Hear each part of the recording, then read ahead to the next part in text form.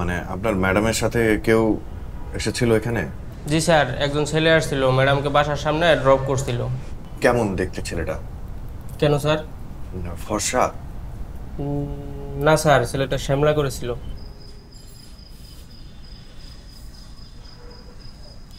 আদি দেখো কে আসছে।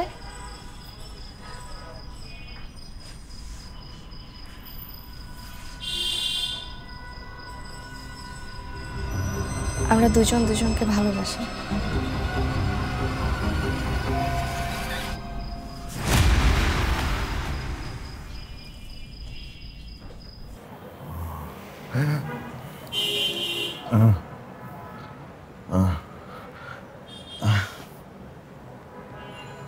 আদি, শামিম কই?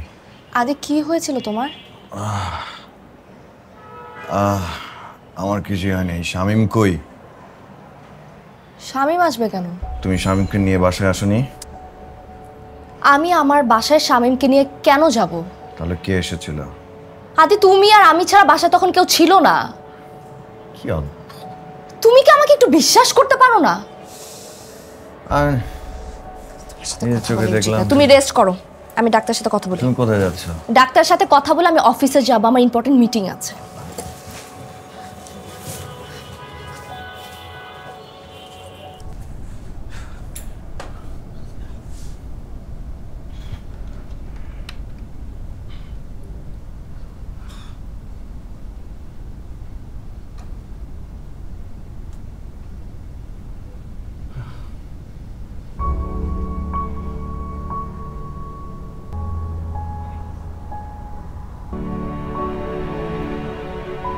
হ্যাঁ, ওপরে আসেন একটু।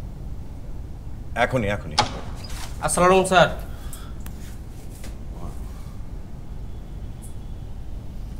আচ্ছা, গত 2 দিন আগে কি আপনার ম্যাডাম, না মানে আপনার ম্যাডামের সাথে কেউ এসেছিল এখানে?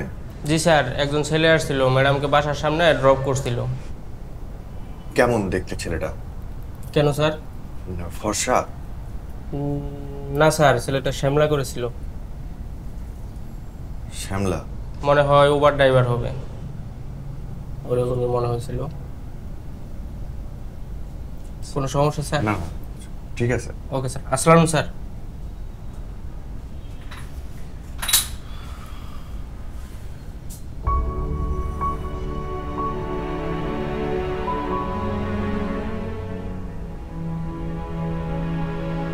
আমার সাথে এমন কেন হচ্ছে? আমি সবসময় টুসিকে সন্দেহ করি। ওকে হারানোর ভয় আমাকে ক্রাশ করে ফেলেছে। শুধু শুধুই ওকে আমি সন্দেহ করে যাচ্ছি। আমার মনে হয় কাউন্সেলিং দরকার।